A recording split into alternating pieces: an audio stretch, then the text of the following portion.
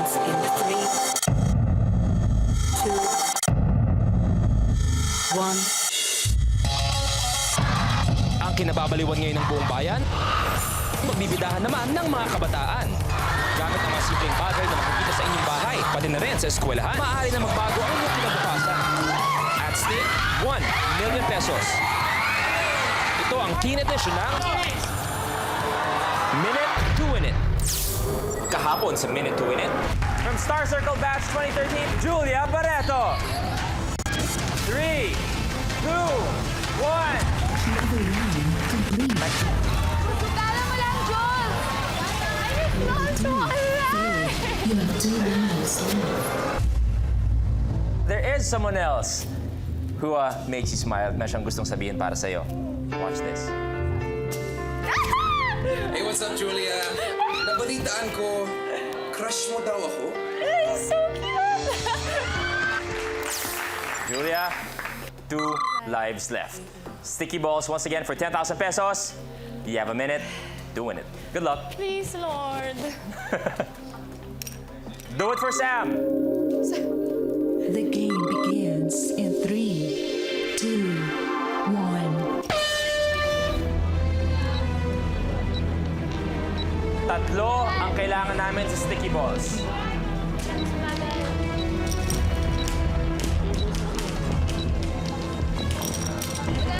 Slowly. 1, Slowly.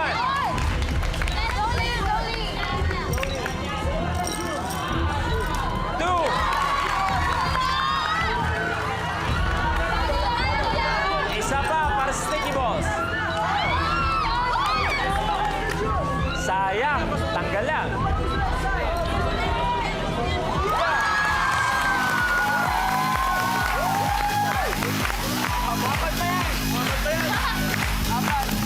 Level 2 complete. Level 2 complete, meron ka ng 10,000 pesos. Manalo ka ng 10,000 pesos. Nagawa mo in 38 seconds dahil ba kay Samuel lahat ng yan? Yes, no, just kidding. Okay, pero bago ang lahat, how's your relationship with your titas? I'm very close to them. Anong sabi nila, anong reaksyon nila when they found out na medyo siseryosohin mo na yung showbiz? They're very supportive. Like like Tita Gretchen, she was like, Julia, once you enter, kailangan 100%. Kailangan do your best talaga.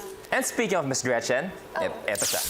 Siyempre, anak si Julia ni Marjorie, so alam mo naman kung gaano kami ka-close talaga yung pamilya namin. Parang magkakapatid na yung mga anak namin. Tawag sa akin ni Julia or ng mga anak ni Marjorie, Mama Nen. Si Julia yata nagsimula nung Nen kasi hindi niya ma-pronounce yung Gretchen. So yung N, yung Gretchen, naging Mama Nen. So ngayon, kahit malaki na sila, Mama or Mama Nen pa rin ang tawag nila sa akin. Yung passion ni Julia for show business and for acting and being in the limelight, nakikita ko sa kanya. Sabi ko, Julia, oh my God, ang spirito ko na sa'yo. She goes, oh no. Alam mo si Julia, hindi na ina-advisean yan kasi malakas ang loob niya, pero matalino din siyang bata, may diskarte siya. So, gagabayan ko siya, pero yung advice hindi ko ibibigay unless hihingin niya sa akin yon. I think that's the respect na meron kami para sa isa't isa. Kaya siguro close kami dahil ayoko yung mag-overstep. And mahal na mahal ko si Julia at lahat ng mga anak ni Marjorie dahil talagang ang sarap nilang kasama at ang sarap nilang maglambing. Kaya ni Julia yan, kaya niya lahat. Sabi ko sa'yo, matapang ang loob ng batang yan, may mararating yan. So, sabi ko sa kanya, you better win it. Thank you very much, Miss Gretchen. Julia, napakaganda nung sinabi ni Gretchen na nandun pa rin yung respeto niyo sa isa't isa. Yes. Anong gusto sabihin kay Gretchen? I love you, Mama. Thank you. How was it? Sarap. Huh? How was it having her as a tita? Spoiled ka sa kanya, no? Kinda. And she's very, masaya siyang kasama and very lovable. And sabi nga niya, hindi siya magbibigay ng advice hanggang di ka lumalapit para humingi sa kanya ng Yes. advice. Okay, which is very, very good. Yan naman talaga dapat. She's letting you grow on your own. Yes. Julia, 10,000. As of now, that's your level. Next level is worth 25,000 pesos. 2 lives left. Do you want to win it or uwi na with your 10,000 pesos? Win it? Here's your level 3 blueprint.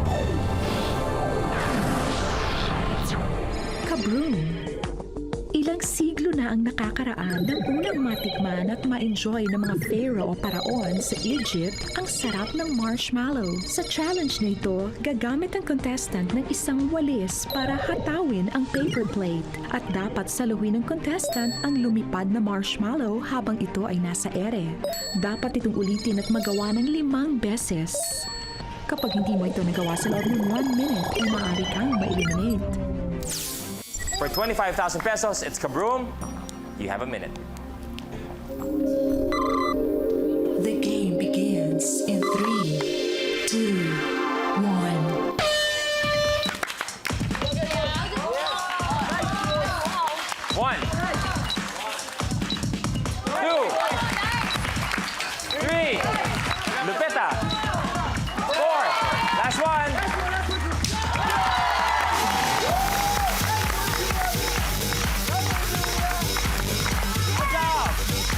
Level 3 complete.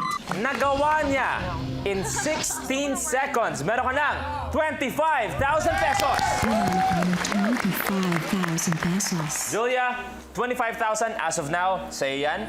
Next level is worth 50,000 pesos. Do you want to win it or uwi na with your 25,000 pesos? Okay, take a look at your level 4 blueprint. Octopus. Ginagamit ng octopus ang napakarami niyang kamay para hulihin at para hatakin ang kanyang nahuling pagkain. Sa challenge na ito, hihilahin ng contestant ang mga ribbons, 12 feet ang haba na nakaipit sa pagitan ng plastic na boteng walang laman at sa pinagpapatungan nito. Pagkahila sa ribbon ay kailangang hindi tumaob ang nakabaliktad na bote. Kailangang ulitin ito ng 4 na beses. Kapag hindi ito nagawa sa loob ng 1 minute, maaari kang ma-eliminate. Level 4 for 50,000 pesos is Octopus. You have a minute to win it. Good luck. The game begins in 3, 2, 1.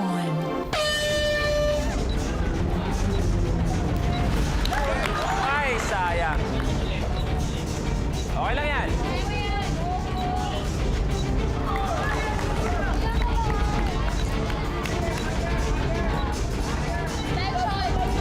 Oh my God! Go, go! Last mistake. Last. Kailangan perfect to. Kailangan perfect. 1. Kailangan perfect. Level 4 failed. You have 1 life left.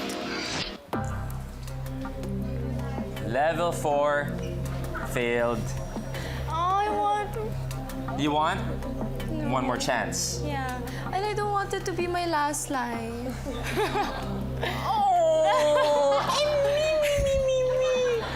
Fortunately, What more? ganun talaga. 1 life left. But someone has a message for you again. This is for you. Julia, last life mo na yan. But do not lose hope, Julia, because alam mo naman ang tawag niyo ng mommy mo sa'yo. You are the survivors. Yan ang tawag nila sa pamilya nila. So, go for it, girl. Okay. Kung ano yung pagiging survivor nyo sa family, we need to see it now. Last life. I'm so sad! Okay, I can do it.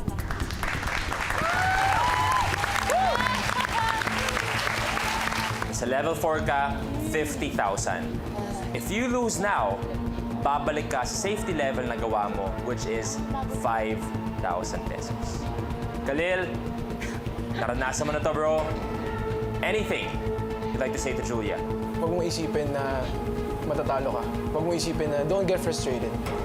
Up to the last second, kailangan ano ka pa rin. Yan, smile. Smile. Alex, may tip ka now. Ladies, what can you say to Julia? Huwag ka lang magmamadali, huwag mo isipin yung time. Don't be tense, huwag ma-nervous. Kaya naman ni Julia yan eh. She even dreamed about it. Julia? Octopus for 50,000 pesos. You have a minute to win it. Good luck.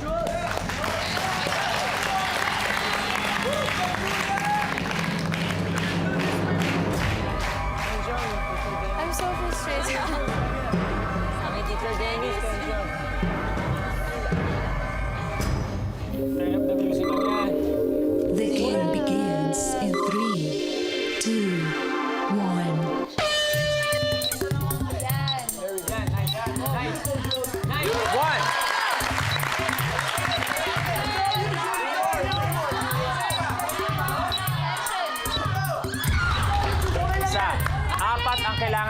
octopus, last life ni Julia.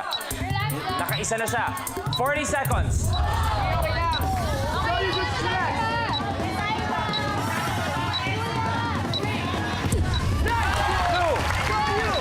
30 seconds. Dalawa pa kailangan.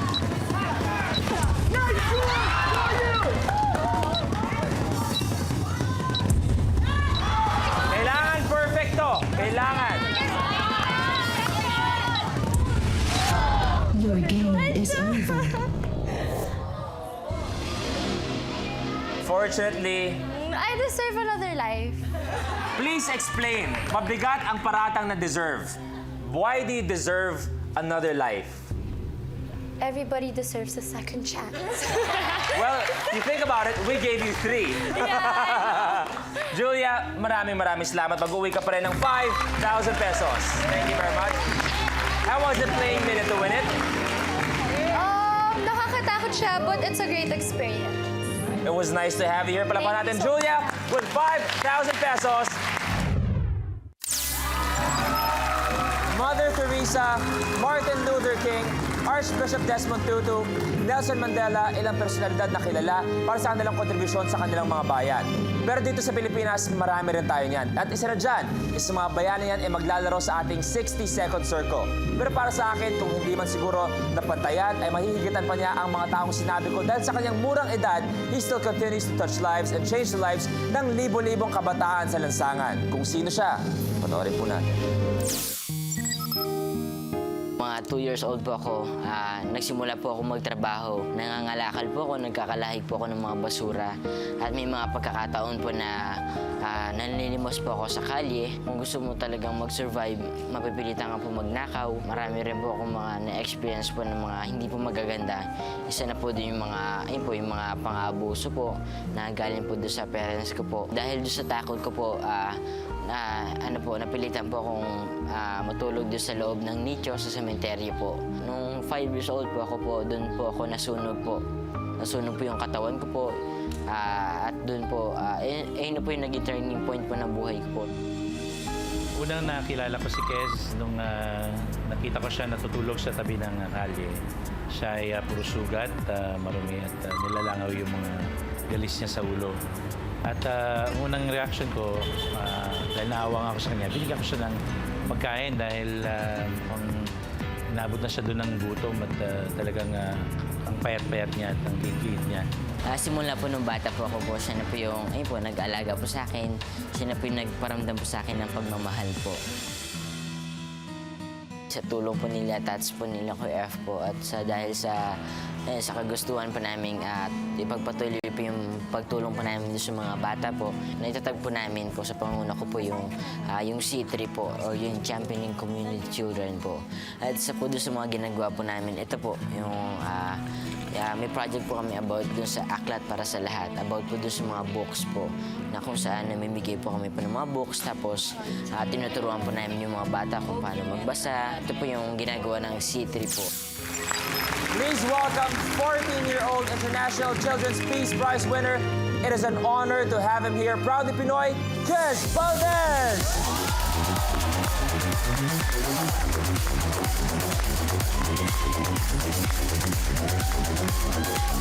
Alam niyo po, pinapanood natin ang VTR. Kez, bata sa harap ko, pero kinikilabutan ako sa lahat ng mga nagawa mong kabutihan. Palapakan natin si Kez. Unbelievable! Kez, welcome sa Minute to Win It. Thank you po. Thank you. Kamusta ka naman? Mabuti po. Mabuti. Alam nyo, pag nakikita natin yun, Kez, it's unbelievable kung ano kagad mga nagawa mo at a very, very young age. Yung kwento mo, sabi mo nga, 2 years old. Apo. Nangangalakal ka na ng basura. Apo. There was even a point na admittedly, sinabi mo na sa punto na natuto ka pa magnakaw. Apo. Paano nangyari yun? Ano po, actually, dun po sa pagkatuto ko po sa pagnanakaw, may nagturo po sa akin po. Yan po yung kuya ko po at yung mga tropa ko dun sa kalye po. Dahil para makasurvive ka po dun sa kalye, kailangan niyo po magnakaw po. Para may makain po kayo. Kaya... anong klaseng nakaw ang nangyari? No? Pickpocket? Yeah, parang ganun po. Kukuha po kayo ng pagkain dun sa isang parang stall po ng pagkain, ng mga mga prutas po tapos ilalagay sa bulsa po or itatakbo po para hindi kayo mahuli. Yeah. At umabot ka pa sa puntong yan at a very young age, natulog ka pa sa loob ng nicho. Para sa akin, every child not just deserves a home, but every child deserves a childhood. Anong pakiramdam na ganyang kabata, hindi magandang kama, wala kang kumot, loob ng nicho yung tinutulugan mo? Nasanay na po ako doon sa yung mga karanasan ko po dahil nga doon sa takot ko po doon sa mga magulang ko po, kaya po ako doon natutulog. Tsaka, yun po, parang nasanay na po ako doon sa paligid ko po eh. Di ba kung naririnig natin ang sinasabi ni Kez, ang magulang dapat nandyan ka para suportahan ka sa iyong mga ginagawa. Bawat pangarap mo, dapat nasa likod mo magulang mo. Pero pag narinig niyo ang kwento ni Kez, ang meron siya sa magulang niya, bukod sa pagmamahal, mas marami pa ang takot. Pero sa lahat ng iyong pinagdadaanan, Kez, someone came into your life at naging blessing para sa iyo at sa napakaraming tao. At nandito siya ngayon kasama yung mga kaibigan. Pakilala mo naman, Kez. Una po, pinapakilala ko sa inyo si Tats po, yung father po na niluluwa ko. Sir Bon? Alam mo, nakilala ko na siya dati, pero once again, sir, I do have to shake your hand. Once again, sir, it's an honor po. Next naman po si Sengi po, yung best friend ko po. Bye po. Next po si Joshua po. Next po si Junray. Tapos next si Jenry. Tapos si Haiki. Hey, thank you very much. Kez, tingin ka ba? Tingin ka lang. May napapansin ka bang medyo kakaiba? May blanco po. Parang walang tao po doon sa unang ano po. First two, Yeah, first parang two, walang ano. tao. Kung bakit walang tao, may mga espesyal na tao na tinulungan mo, nagmamahal sa'yo, na gustong sumuporta sa'yo ngayong umaga. Tawagin na natin ang iyong mga kapamilya, mga kaibigan.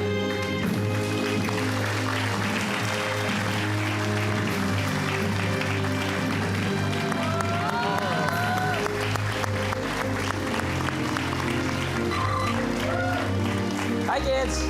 Hello. Basta. Hello po. Wow. Basta. Okay na? Thank you. Okay lang kayo, kids? Okay, maya-maya, tutulungan niyo ang inyong kuya Kez mamaya sa mga laban niya dito sa Minute to Win It. Dito tayo, bro. Alam mo, totoo lang po, naluluha ako. Kasi paminsan-minsan lang eh, yung may dumarating sa ganyang buhay ng tao, sa mga bata, sa mga tao na magbabago ng buhay. Children, the youth, are part of a charity. Pero ikaw, bro, naisipan pang gumawa ng sarili mo. Opo. Doon mo pinapakita kung gaano ka ka-selfless at kaya ka nandito sa mundong to ay para tumulong talaga. Thank you po. Di palagi may ganyan po. Bihirang-bihira ang mga ganyan tao. Thank you po. Sana, alam niyo po, marami nang tumapak dito sa Minute to Win It. Marami na naglaro. Palagi namin sinasabi na sana makauwi ng malaking presyo. Pero siguro lahat kami, bawat miyembro ng Minute to Win It, I guess we all agree na siya na, sana, ang magiging pinaka-deserving na mag-uwi ng pinakamalaking premyo ng Minute to Win It.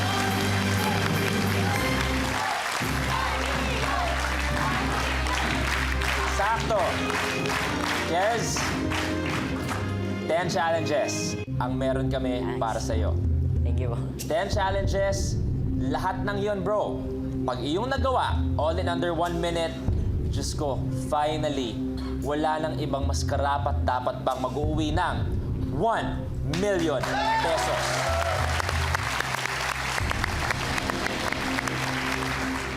Bro, lahat kami, lahat ng mga manonood, Diyos ko, nasa likod mo. Kayang-kaya mo ba? Para sa akin, sa punto ko to, sa lahat ng mga nagawa naming episodes, no one can be more deserving than you. Good luck, bro. Thank you po. Ready? Ready? Yeah. Ready? Ready. Here's your level 1 blueprint. Nimble Thimble. Ang didal o thimble ay inimbento para protektahan ang dulo ng daliri mula sa mga matatalas na bagay. Maaari din itong pagpatungan o paglagyan ng bouncing marbles. Sa challenge na ito, kailangang magpatalbog ng holen at ma-shoot sa mga didal. Pag hindi ito nagawa sa loob ng 1 minute, ay maaari kang ma-eliminate. Yes, level 1 is Nimble Thimble for 5,000 pesos. Kaya to, okay? Kaya ba? Do you have a minute to win it? Good luck. The game begins in 3, 2, 1. Nimble Thimble, unang challenge ni Kez. 1. Tatlo pa. 2. 3. Last one. Dami pang oras. Dami pang oras. Last one.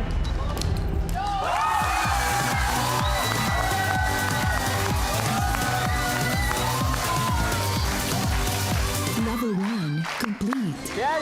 20 seconds. Sisiu, meron ka ng 5,000 pesos. Manalo ka ng 5,000 pesos. Bro, alam ba sa mga kwento mo kanina, eto kasi yung mga nilalaro dito sa Minute to Win It, part ng childhood. Diba? Yung mga nilalaro ng bata to. Sa lahat ng nakwento mo kanina, 2 years old, ikaw ay nangangalakal. Opo. At a young age, nangangariton ka. Naka-experience ka pa ba ng normal na childhood? Yung kumbaga, ngayong hapon, maglalaro ako sa mga kaibigan ko. Today, ang gagawin ko, mag-aaral. That is something every child deserves. Opo. Ikaw ba na-experience mo yung ganun, bro? Before po, hindi ko po na-experience yung mga ganun po. Hindi po ako nakaranas po na mag-aral po. Ang naranasan ko po yung kabaligtaran po. Instead po na nag-aaral ako, nagtatrabaho po ako po para may makain pera at may ibigay po doon sa pamilya ko po. Parang yung parang baligtad po yung naging karanasan ko po nung bata po ako po. At ito po ngayon po, naranasan ko na po yung makapag-aral po, parang maramdaman po yung pagmamahal galing po doon sa pamilya po na tinuturing ko ngayon po. At higit sa lahat, yung mga hindi na naranasan, ginagawa mo nga ngayon, di ba? Opo. At hindi lang niya. Kaya nga siya may charity, gusto niyang ibigay rin yung blessing na yon sa ibang mga kabataan, Opo. di ba? Sa mga tinuturuan ko na. Okay. Kez, 10,000, next level mo yan. Do you want to win it or uwi na with your 5,000 pesos? Win it. Win it? Yeah. Here's your level 2, blueprint. Backflip. Sa challenge na ito, kailangan ng contestant i-flip ang dalawang lapis mula sa likod ng kamay at saluhin ito sa ere. Kailangan ulitin ito ng 6 na beses habang dinadagdagan din ng 2 lapis kada sulog hanggang maka-flip at makakuha ng isang bungkos na 12 lapis. Kapag hindi ito nagawa sa loob ng 1 minute, ay maaari kang ma-eliminate. Level 2 is backflip. Ready, bro? Ready. You have a minute to win it. Good luck. The game begins in 3, 2, 1. First 2 pencils. 4 na. 6 pencils. Total of 8 pencils. 45 seconds. Dami pang oras.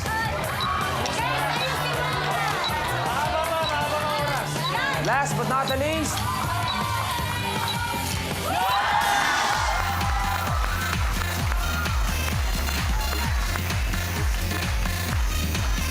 Level 2 complete. bro, meron ka ng 10,000 pesos.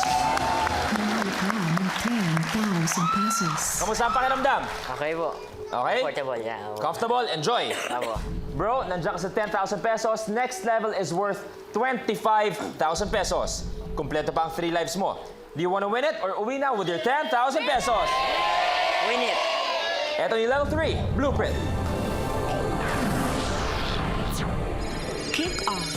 Ang paan ng tao ay binubuo ng mga buto, laman, litid at uga. Sa challenge na ito, gagamitin ng contestant ang isang paa para sipain ang mga lata papasok ng batya na nasa center stage. 2 lata ang kailangan mong sipain at maipasok sa loob ng batya. Kapag hindi ito nagawa sa loob ng 1 minute, ay maaari kang ma-eliminate. Level 3 na tayo. Kick off. Dati, nangangalakal ka. Kumukuha ka ng mga lata. Apo.